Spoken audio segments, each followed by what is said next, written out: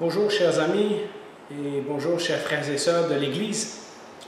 J'aurais voulu, pour les deux prochaines leçons, vous livrer une partie de ma réflexion sur un sujet que j'ai intitulé « Les grandes catastrophes ». En faisant des recherches récemment, en écoutant les médias, en regardant certains documentaires, je me suis rendu compte que les épidémies, les pandémies, les grandes catastrophes font partie commune de l'histoire de l'humanité. Elles existent depuis longtemps. Et je me suis demandé alors pourquoi, dans la situation du coronavirus que nous vivons maintenant, notre monde semblait avoir réagi d'une façon totalement disproportionnée par rapport au danger que cette menace représentait. Pourtant, Jésus lui-même, dans Matthieu 24, a annoncé que entre le temps qu'il était sur terre et le temps de son retour final, il y aura beaucoup de choses qui vont aller mal dans le monde. Nous lisons dans Matthieu 24, versets 6 et 7, mais vous pourrez feuilleter tout le chapitre. Jésus dit ceci à ses disciples qui lui ont posé une question. « Vous entendrez parler de guerre et de menaces de guerre. Ne vous laissez pas effrayer, car il faut que toutes ces choses arrivent. » Et donc Jésus dit, ce sont des choses qui vont arriver pour sûr. On n'y échappera pas. Cependant, ce n'est pas encore la fin. Donc Jésus nous donne un avertissement de ne pas sauter aux conclusions trop vite lorsque nous voyons ces choses arriver. Une nation se dressera contre une nation et un royaume contre un royaume, et il y aura en divers endroits des famines, des pestes et des tremblements de terre. Le mot peste peut être utilisé pour des maladies infectieuses ou l'équivalent de pandémie ou pestilence ou d'autres choses dans le genre. Et pour faire écho aux paroles de Jésus, il est vrai que notre monde, aujourd'hui, en 2020, a été fortement ébranlé par la pandémie du coronavirus, du COVID-19. Nous avons été paralysés, nous avons été bouleversés, nous avons été pris à l'improviste. Un jour, certainement, comme le font les humains, on en parlera comme d'un fait d'histoire. On dira « Ah oui, moi j'étais là lorsque tel événement est arrivé et c'était comme ça et comme ça », comme on parle aujourd'hui de la crise du verglas ou d'autres événements similaires. Évidemment, je ne les compare pas, ils sont moins graves, mais dans notre nature humaine, on se rappelle parfois les choses d'une autre façon lorsqu'on les raconte 2, 3, 5 ans, 10 ans plus tard. Mais pourtant, il suffira de relire les articles de presse qui sont sortis au mois de mars, au mois d'avril, au mois de mai, au mois de juin 2020, pour voir que lorsque nous étions dedans, nous étions vraiment dans une crise très grave. Un jour, peut-être, on va se vanter d'avoir vaincu le coronavirus grâce à la science, grâce à des vaccins, grâce à telle ou telle action d'un gouvernement, mais la réalité, c'est qu'aujourd'hui, nous qui sommes dedans, nous sommes dans un monde qui est désemparé. Pas plus tard que cette semaine, Francine Pelletier signait un article d'opinion dans Le Devoir qui s'appelle « Tout ça pour ça », point d'interrogation, et je résume quelques phrases de son texte. Elle dit « La pandémie a réussi l'impensable après tout. Elle a fermé les frontières, freiné le commerce international et l'extraction des ressources naturelles, cloué au sol les avions, renvoyé la majorité des gens à la maison et diminué la consommation des 2/3. Elle a abruptement et soudainement mis un frein au capitalisme sauvage. Le monde a momentanément été dépouillé de son arrogance et de ses repères habituels. » Ce qui est étonnant, c'est qu'il y a eu, selon moi, une réaction démesurée de peur, d'inquiétude, de découragement, de méfiance, de haine, ou à l'opposé des gens qui, certains dès le début ou d'autres à force de se faire dire des choses, qui sont tombés dans le je m'en foutisme ou dans la négligence totale, où on a tellement plus peur de mourir qu'on fait n'importe quoi qui est risqué. Et donc il y a ce genre de réaction dans notre société, et peut-être pour moi et pour plusieurs d'entre vous, c'est peut-être la première fois qu'on assiste à ce genre de chambardement et à ce genre de réaction démesurée. Il y a quelque chose qui est en train de se passer, et ce n'est pas dû simplement aux milliers et aux milliers de morts. Maintenant, je ne veux pas dire que ces milliers de morts ne sont pas importants. Il y a des gens qui meurent chaque jour et chaque année de plein de maladies et nous ne les voyons pas parce qu'évidemment on ne tient pas les statistiques de ça. Mais maintenant nous avons une maladie où on a comptabilisé les morts et on se rend compte qu'il y a des gens qui meurent tout le temps. C'est-à-dire que tout à coup maintenant ça nous saute aux yeux qu'il y a des morts chaque hiver à cause de la grippe et à cause de maladies cardiaques et à cause de cancer. Chaque année, il y a des enfants, il y a toutes sortes de choses. Et on dirait que ça nous rejoint plus parce qu'on voit les statistiques jour après jour, après jour, après jour, depuis 4 mois. Et donc, ce n'est pas pour dire que cette pandémie n'est pas importante, puisqu'on parle en date d'aujourd'hui, quand je fais ce message, on parle de plus de 600 000 morts dans le monde et 15 millions de personnes infectées, donc c'est quand même une grande quantité de gens. Mais lorsqu'on regarde un petit peu aux grandes catastrophes qui ont eu lieu plus tôt dans l'histoire de l'humanité, on se rend compte honnêtement aujourd'hui, et de nouveau je ne veux pas minimiser le fait que des gens ont perdu des êtres chers, mais en parlant en termes techniques, si on regarde la quantité de gens qui sont morts du coronavirus, on est loin des pandémies et des grandes catastrophes humanitaires qu'il y a eu dans les siècles passés.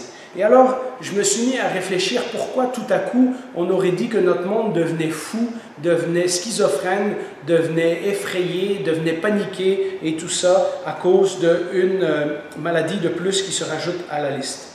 Et j'ai remarqué que nous vivions dans un monde qui était profondément déconnecté.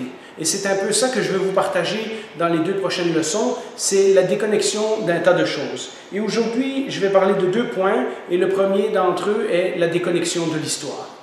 Lorsque, plusieurs l'ont dit, et l'ont dit de différentes façons, lorsque nous oublions ce qu'il s'est passé avant nous, nous sommes condamnés à répéter les mêmes erreurs. Et lorsque nous oublions notre histoire, nous oublions ce que les gens ont fait avant nous, nous oublions comment les gens ont réagi et nous vivons un peu parfois comme dans une bulle. Il y a eu en fait des épidémies depuis que les villes ont été construites. On remonte aux villes de Babylonie et d'Égypte et tout ça dans les plusieurs milliers d'années avant Jésus-Christ et on se rend compte que dès que des humains se rassemblent à un endroit, il y a le potentiel pour des grandes catastrophes, des grandes maladies, des infections et des épidémies. Je lisais dans un livre de Rodney Stark cette semaine qu'en 165 de notre ère et en 251, il y a eu 2 grandes épidémies dans l'Empire romain. Elles ont été beaucoup négligées par les historiens, mais aujourd'hui qu'on commence à faire les calculs, on se rend compte qu'entre 25 et 30% de la population de l'Empire romain est décédée suite à ces 2 pandémies. Mais je vous en reparlerai dans un prochain message. Les chrétiens ont eu un rôle important à jouer dans ces épidémies. La variole qui a subi pendant plusieurs siècles, si je ne me trompe pas, du 4e au 7e siècle de notre ère, a fait 50 millions de morts, de Chine jusqu'à l'autre bout de l'Europe. Donc, toute cette partie-là du monde a été infectée.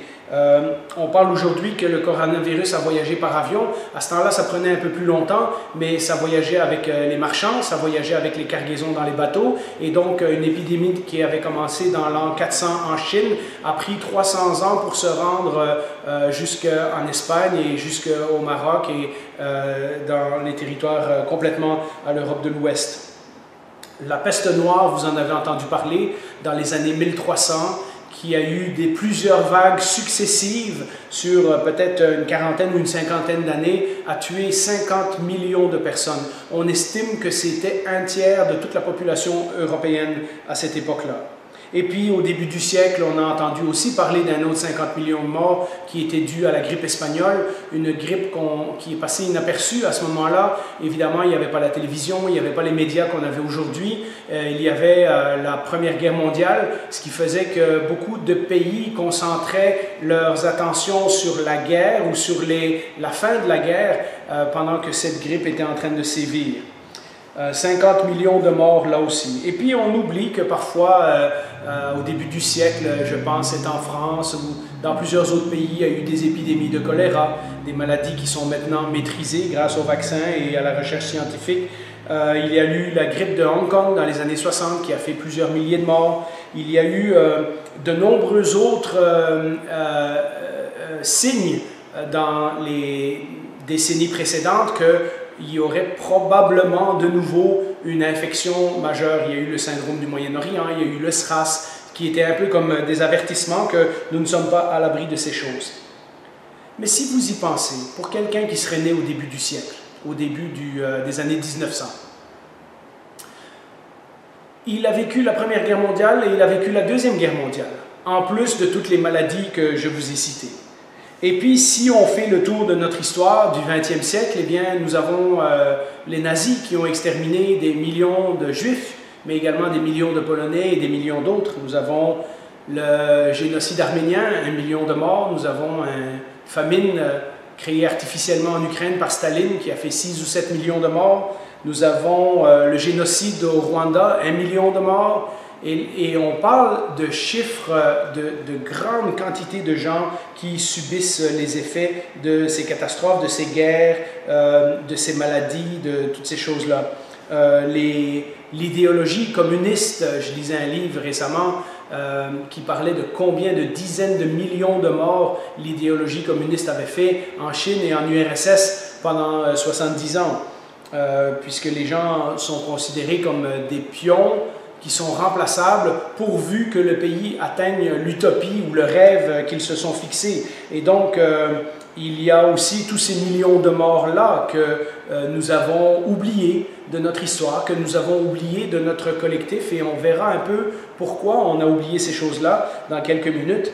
Et puis, il y a plus récemment, si vous vous rappelez, le tsunami de 2004 qui a tué 200 000 personnes en l'espace d'une journée, et plusieurs là-dedans étaient des chrétiens. Il y a des églises qui ont été rasées, il y a des gens qui sont morts, des familles entières qui ont été exterminées, d'autres dont la moitié de la famille a survécu. Et dans toutes ces catastrophes, eh bien, les chrétiens, comme les autres, n'ont pas été épargnés. Hein, le juste et l'injuste, nous dit la Bible, meurent. Ecclésiaste, d'autres passages dans Proverbes, la différence, c'est ce qui les attend après la mort. Et de nouveau, je ne veux pas nier la tristesse de la réalité que nous vivons. Je ne veux pas avoir ce message positiviste de dire « Ah, mais regardez, comparé à avant, ce n'est rien du tout ». Ce qui m'a surpris, c'est la réaction que nous avons eue, la façon dont nos sociétés ont réagi, alors qu'on s'attendrait qu'avec toute l'histoire qu'il y a derrière nous, on ait appris des leçons et on ait compris certaines choses, et on voit qu'en réalité, on n'était pas prêt du tout. On avait oublié ces choses-là, on avait pris d'autres choses pour acquis, on pensait que tout allait bien, et on s'est fait complètement prendre à l'improviste. Il y a des gens, et on va en découvrir dans nos familles, dans nos amis. Maintenant, c'est un peu difficile parce que nous manquons un peu de contact personnel les uns avec les autres. Mais lorsque tout ça va se calmer, nous allons découvrir que des gens que nous connaissons sont morts ou ont perdu des êtres chers, et nous allons devoir prendre une période de deuil avec ces gens-là. Il y a des enterrements qui seront reportés plus tard, mais une fois de plus, si nous regardons l'histoire, nous aurions dû savoir que ce genre de choses peut arriver. Quand je parle de réaction démesurée, je parle de réaction démesurée même chez les chrétiens. J'ai remarqué, et je vous l'ai déjà brièvement fait allusion dans d'autres messages, j'ai remarqué chez les chrétiens deux tendances qui étaient très discernables lorsqu'on regardait les articles qui se publiaient sur Internet ou les vidéos qui se faisaient sur YouTube. Il y avait ceux, et c'était surtout au début, ceux qui étaient trop optimistes, qui pensaient qu'à coup de versets bibliques et à coup de réclamer les promesses de Dieu et à coup de prophéties, ces gens qui supposément chaque samedi entendent la parole de Dieu, que Dieu leur met à cœur tel ou tel message, etc., ou de déclarations au nom de Dieu, on en voit partout sur Internet, ont pensé que le coronavirus durait que quelques jours. Évidemment, ces gens-là se taisent depuis un moment. Surtout, en particulier, depuis que le coronavirus a atteint les États-Unis et que beaucoup de millions de gens sont affectés dans leur pays. Et ça ne fait pas bien pour un prédicateur de la prospérité d'aller à l'antenne et dire que dans 3 jours ou dans une semaine, c'est parti, etc., etc. Ces gens-là se taisent, et j'ai malheureusement peur que lorsque toute la situation va être calmée, que ces gens-là, au lieu de reconnaître leurs fautes et leurs erreurs, vont reprendre le micro et on aura vite oublié tout ce qu'ils ont dit qui ne s'est jamais passé. Et puis, il y avait la tendance opposée, ça c'était ceux qui étaient trop optimistes. Il y a la tendance opposée, c'est ceux qui sont trop pessimistes. Et ça, c'est tous ceux qui, dès le début, ont vu les signes de la fin des temps. Encore aujourd'hui, je voyais quelqu'un qui avait publié tout un article en disant que là, on était rendu à la deuxième plaie parce qu'il calculait que telle affaire, etc. Et j'en parlerai dans quelques semaines. Je prépare un message sur les chrétiens et tout ce qui est théorie de conspiration et tout ça, et est-ce qu'on devrait se mêler de ces choses-là? Et je pense que malheureusement, certains d'entre nous vont devoir faire leur mea culpa et nous rendre compte que nous embarquons facilement dans ce genre de scénario catastrophe, dans ce genre de scénario apocalyptique. Je ne dis pas encore que la Bible ne nous prévient pas. Jésus lui-même a dit que ces choses allaient arriver. Et il nous prévient que ce sont ces choses qui vont arriver avant la fin. Mais Jésus nous dit aussi, ce n'est pas encore la fin. Et donc, d'une génération à l'autre, on ne peut jamais savoir avec certitude si la fin va être à notre époque. Et donc, ce que je demande aux chrétiens, c'est d'être plutôt prudents dans ces choses-là.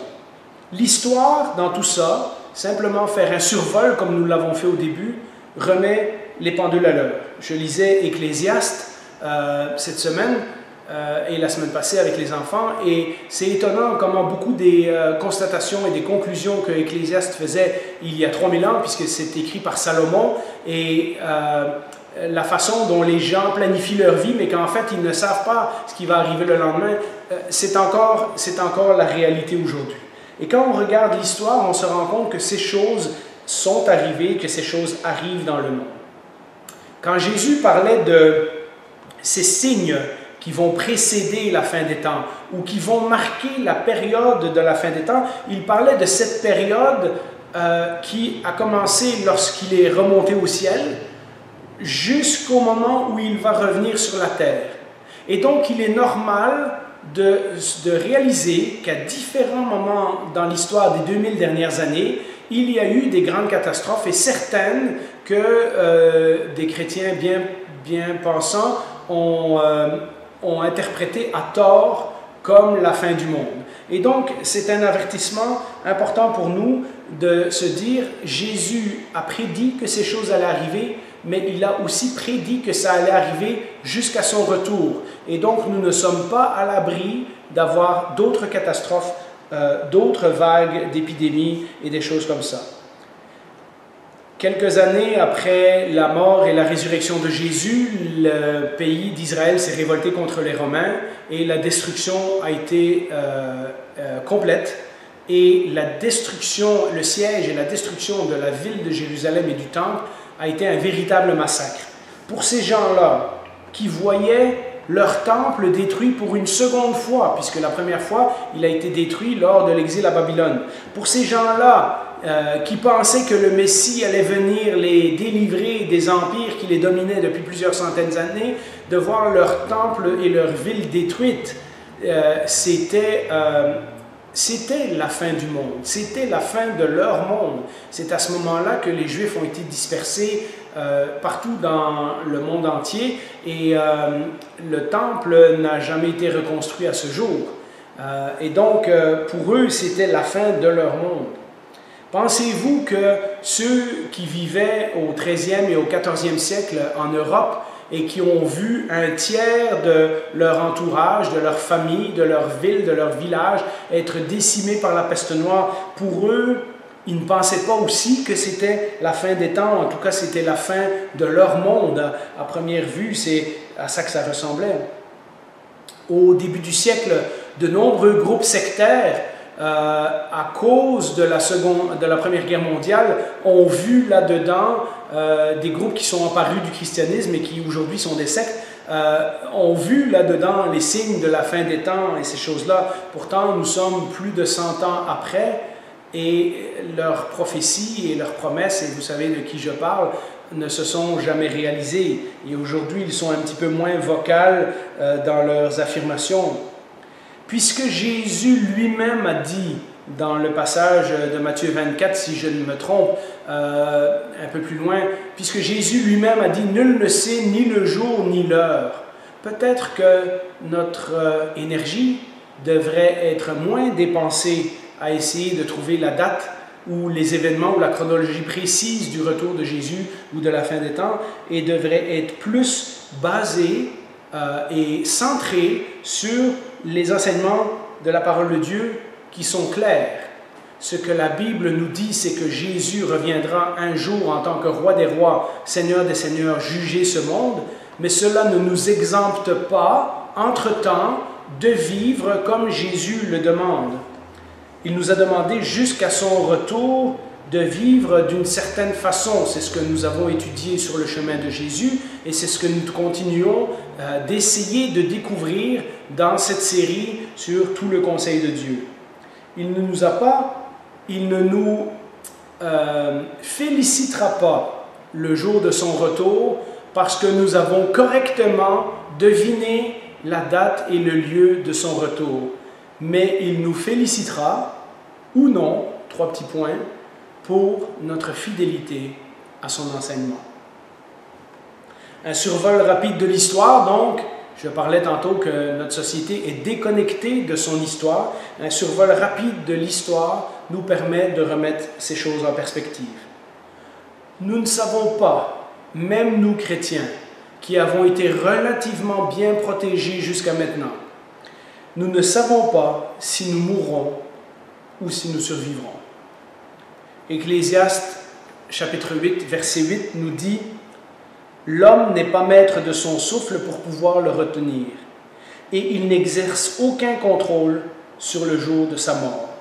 Il n'existe aucun moyen d'échapper à ce combat. » Et donc, la Bible nous rappelle, parfois brutalement, quelque chose que nous aimerions éviter, quelque chose que nous aimerions peut-être ne pas nous rappeler trop souvent. La Bible nous rappelle que nous aussi, enfants de Dieu, un jour nous mourrons et nous ne savons pas quand.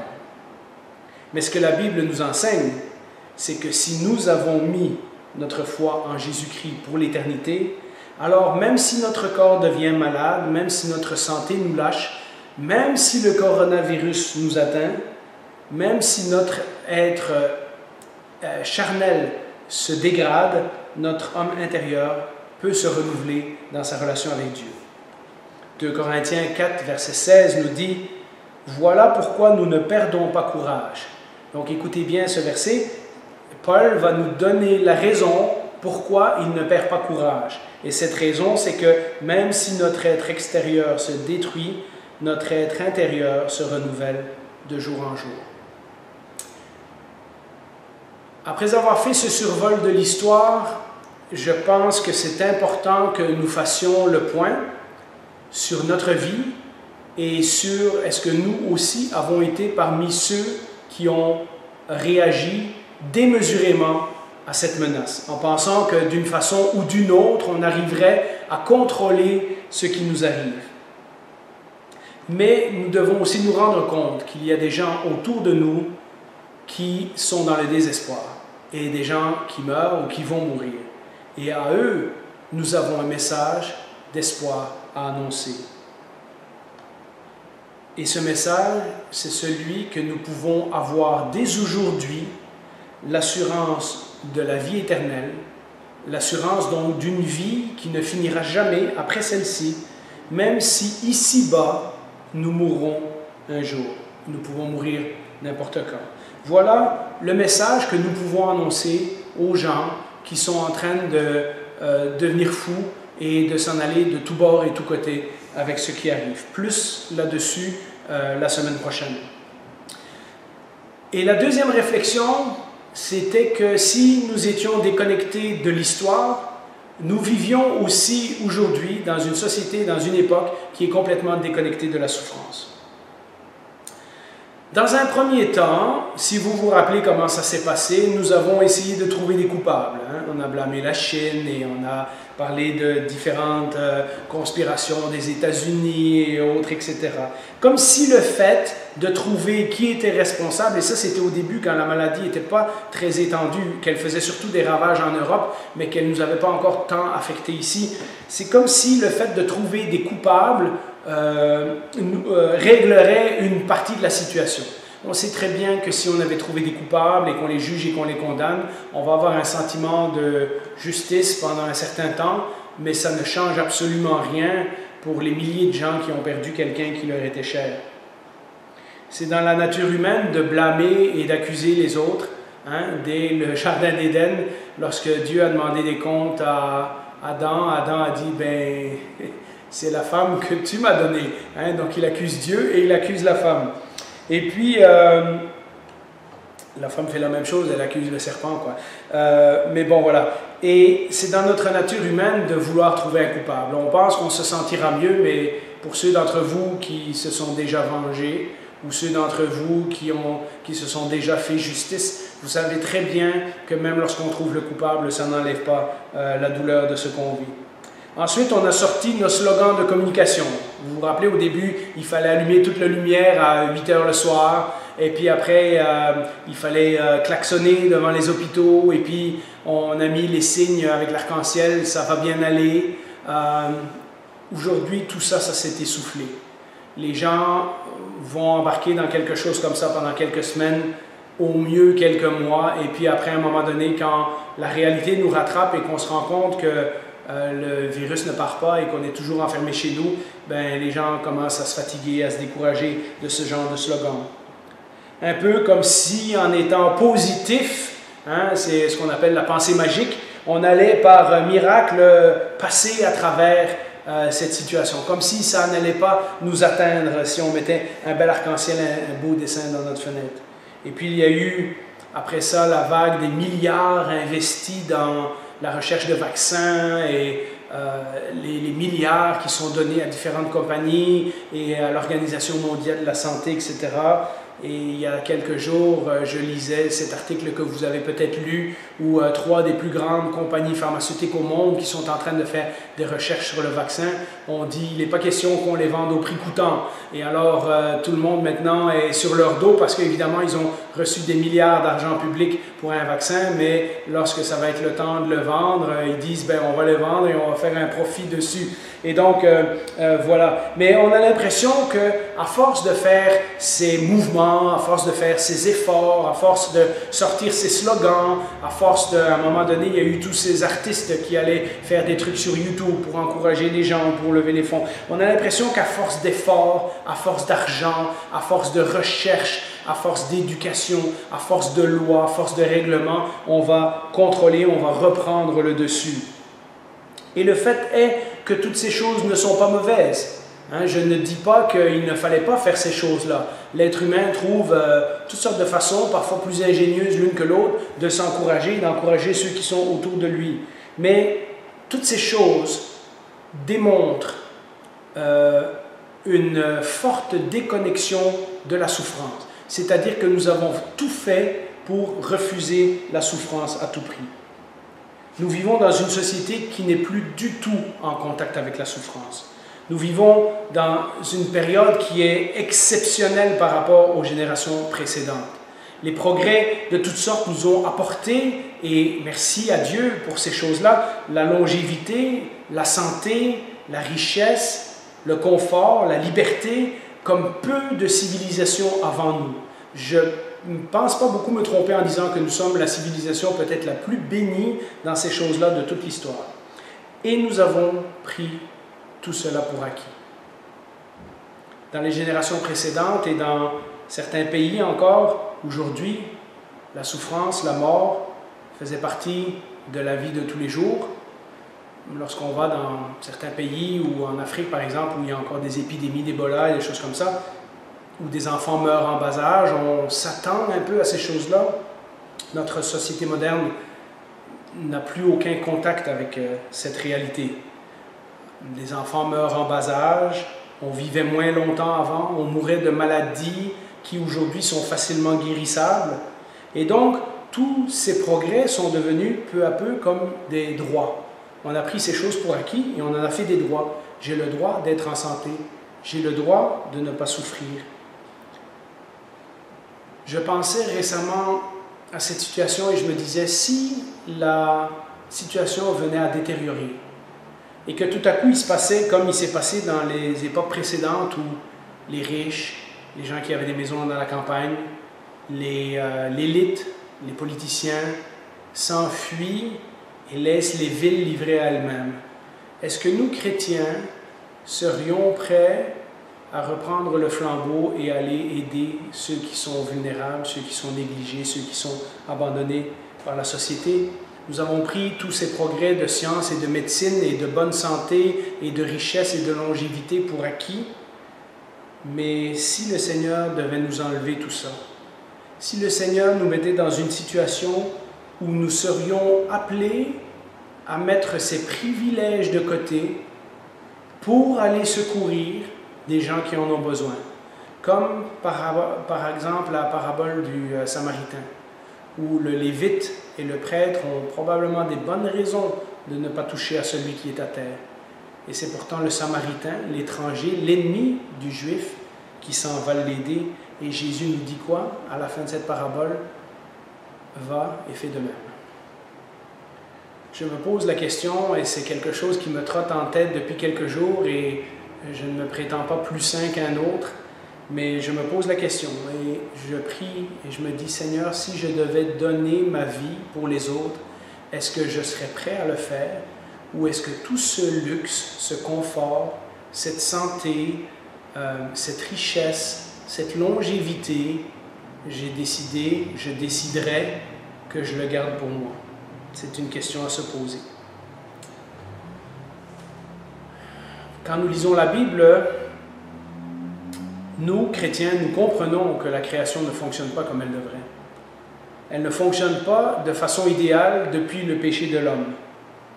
Dans Genèse 3, versets 17 et 18, nous lisons « Dieu dit à l'homme, puisque tu as écouté la femme et tu as mangé du fruit au sujet duquel je t'avais donné cet ordre, tu n'en mangeras pas, le sol est maudit à cause de toi. » Et donc il y a un lien très clair là que la création va subir les effets du péché de l'homme. C'est avec peine que tu en tireras ta nourriture tous les jours de ta vie, il te produira des ronces et des chardons, et tu mangeras de l'herbe des champs. Ce qui veut dire, dans ma compréhension à moi, que les ronces et les chardons, donc les épines et tout ce qui va mal dans la nature, en fait, n'était pas là avant. Et Paul confirmera ce diagnostic dans Romains chapitre 8, versets 19 à 21. Et vous savez, on l'a lu il y a quelque temps. De fait, la création attend avec un ardent désir la révélation des fils de Dieu. En effet, la création a été soumise à l'inconsistance, non de son propre gré, mais à cause de celui qui l'y a soumise. Toutefois, elle, la création donc, a l'espérance d'être elle aussi libérée de l'esclavage de la corruption pour prendre part à la glorieuse liberté des enfants de Dieu. Et donc ce texte nous dit que toute la création souffre à cause du péché de l'homme. Et donc ces choses qui nous arrivent ne devraient pas nous étonner. En plus de Jésus qui nous a prophétisé que des choses ainsi continueraient d'arriver jusqu'à son retour, nous savons que depuis le début des temps, notre monde ne fonctionne pas de façon parfaite à cause de notre péché. Ce n'est pas qu'en tant que chrétiens, nous sommes des héros et nous sommes invulnérables à ces choses-là ou que nous voulons souffrir à tout prix. Je pense qu'aucun de nous ne désire souffrir. Mais la Bible nous rappelle que les privilèges dont nous bénéficions aujourd'hui sont exactement ça. Ce sont des privilèges de la grâce de Dieu et que nous ne devrions jamais les prendre pour acquis. Normalement, le monde ne devrait pas aller bien à cause du péché de l'homme. Et quand le monde va bien, c'est parce que Dieu nous fait grâce. Toutes ces périodes où le monde va bien, où la santé progresse, où la médecine fait des avancées, où la science fait des découvertes, ce sont des périodes où Dieu nous fait grâce. Et nous avons renversé ça et nous pensons que les malheurs, les catastrophes, les pandémies et tout ça ne devraient pas arriver. Ce qui ne devrait pas arriver à cause du péché de l'homme, c'est que les choses aillent bien. Si Dieu ne soutenait pas le monde, nous serions tous perdus très très rapidement. Et donc, revoyons les choses avec la perspective de Dieu. Et disons-nous que c'est lorsque les choses vont bien ce sont une grâce de Dieu. Et si le Seigneur nous demande un jour de devoir mettre de côté certains de nos privilèges, certaines de nos libertés, pour son bien et pour l'amour du prochain, eh bien, nous avons à réfléchir à cette question, serions-nous prêts à le faire? Notre monde moderne a perdu contact avec la réalité de la souffrance. Et malheureusement, pour beaucoup d'entre nous chrétiens, nous avons perdu contact avec la réalité de la souffrance également. Pourtant, elle ne devrait pas nous étonner puisque Jésus nous a promis des souffrances, toutes sortes de souffrances, des persécutions. Pierre en parle, Paul en parle, Jacques en parle. Tout le monde dans le Nouveau Testament nous dit que la vie ne sera pas facile. Et donc, nous ne devrions pas être surpris, mais nous avons peut-être embarqué dans la même pensée que le monde d'aujourd'hui et nous nous sommes déconnectés de la souffrance. Une situation comme ce qui arrive aujourd'hui devrait nous questionner et nous pousser à la repentance. Combien de fois nous lisons par exemple dans le livre des Juges que le peuple de Dieu gémissait sous l'esclavage ou sous la tyrannie de tel ou tel peuple, et lorsqu'ils ont crié à Dieu, lorsqu'ils se sont repentis, le Seigneur est intervenu en leur faveur. Mais au lieu de ça, nous courons dans tous les sens. Je parle du monde, mais en tant que chrétiens, nous devons nous examiner également. Nous courons dans tous les sens, tentant désespérément de reprendre un contrôle illusoire sur nos vies. Il ne faut pas que les disciples de Christ agissent comme les gens du monde. Soyons conscients que Dieu est au contrôle de la situation et qu'il est au contrôle de nos vies. Faisons ce que nous pouvons, faisons le mieux que nous pouvons, mais le reste, c'est dans les mains du Seigneur. Rappelons-nous l'exhortation de Jacques dans le chapitre 4 au verset 14 et 15. « Vous qui ne savez pas ce qui arrivera demain, en effet, qu'est-ce que votre vie? C'est une vapeur qui paraît pour un instant et qui disparaît ensuite.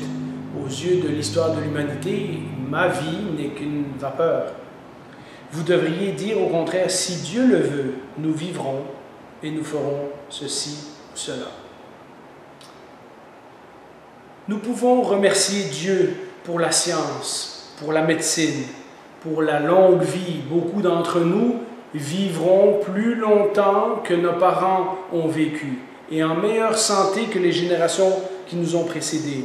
Mais nous devons réaliser qu'ultimement, à cause de Genèse chapitre 3, nous ne pourrons jamais dans cette vie et dans ce monde nous débarrasser totalement des maladies, des catastrophes, des épidémies, des pandémies. Ce n'est possible que dans la nouvelle création qui sera renouvelée quand Jésus-Christ reviendra. Et donc, nous avons un deuxième message à annoncer. Le premier, c'était ce message de la vie éternelle, que si notre vie se dégrade ici-bas, comme l'histoire nous montre que ça arrive à plein de gens au travers des générations, notre vie spirituelle peut être restaurée avec Dieu, nous pouvons hériter la vie éternelle. Et ce deuxième message, c'est que l'Évangile est aussi le message de la possibilité d'un monde sans souffrance. Vous savez, on en a parlé dans d'autres messages. Mais nous devons savoir que cette possibilité de la vie éternelle et cette possibilité d'un monde sans souffrance ne s'obtiennent que par la foi en Jésus-Christ. Alors nous avons peut-être du mal à savoir quoi faire, nous avons peut-être du mal à savoir comment intervenir dans la société aujourd'hui, comment répondre à nos voisins, comment intervenir avec ceux de notre famille qui nous posent des questions. Nous avons ici deux leçons, une leçon qui vient de l'histoire. L'histoire nous rappelle que nous allons tous mourir un jour, que ces choses et ces catastrophes vont continuer d'arriver, mais que nous avons la possibilité d'être en règle avec Dieu et d'obtenir la vie éternelle maintenant, alors même que nous mourrons ici-bas, nous serons assurés de la présence de Dieu pour l'éternité. Et nous avons une leçon qui nous vient de la souffrance, de reconnecter avec la souffrance et de nous rendre compte que ce monde ne sera jamais parfait. Nous pourrons mettre tous les efforts, nous pourrons mettre toutes les recherches scientifiques, nous pourrons mettre tout l'argent dans notre sécurité, dans notre santé, dans notre confort. Il va continuer d'arriver des choses, des catastrophes qui vont bouleverser notre vie. Et la seule possibilité, c'est la possibilité qu'offre le message chrétien d'un monde que Jésus prépare, que Jésus est en train de restaurer, des nouveaux cieux et une nouvelle terre où il n'y aura plus de souffrance, qui seront là à son retour. Mais pour cela, nous devons appartenir à Jésus, nous devons être son disciple, nous devons être son enfant. Prions. Seigneur, ce sont des leçons pas évidentes que tu nous apprends parfois, au travers des circonstances, au travers de l'histoire, au travers de ta parole surtout. Et nous admettons que parfois nous nous sommes laissés aller. Nous avons oublié ce qui nous a précédés et nous avons pris pour acquis que nous aurions toujours une belle vie. Maintenant que ce n'est pas le cas, maintenant que plusieurs d'entre nous sont affectés de différentes façons, maintenant que même des choses comme l'Église que nous prenions pour acquis est remise en question, puisque nous devrons faire les choses différemment, nous nous rendons compte que peut-être que nous nous étions endormis, peut-être que nous avons oublié ce que la Bible et ce que l'histoire nous enseigne. Nous nous sommes également endormis au niveau de la souffrance, parce que tu nous as bénis, parce que tu nous as donné tellement de bonnes et belles choses, nous avons oublié ce que c'est d'être en contact avec un monde qui souffre. Que cette pandémie soit l'occasion pour nous, tes enfants, de nous rappeler que toi aussi tu es venu dans un monde qui souffre, afin de nous promettre un monde meilleur, un monde où toi, tu nous consoleras directement de nos souffrances, de nos échecs, de nos faiblesses, de nos larmes, de nos cœurs brisés. Seigneur, nous avons hâte à ce monde, mais des gens autour de nous meurent sans te connaître chaque jour. Ouvre-nous une porte, donne-nous une opportunité. Fais que ce message que nous annonçons, que nous croyons, que nous prêchons, puisse être entendu par ceux qui en ont besoin. Au nom de Jésus, nous te prions. Amen.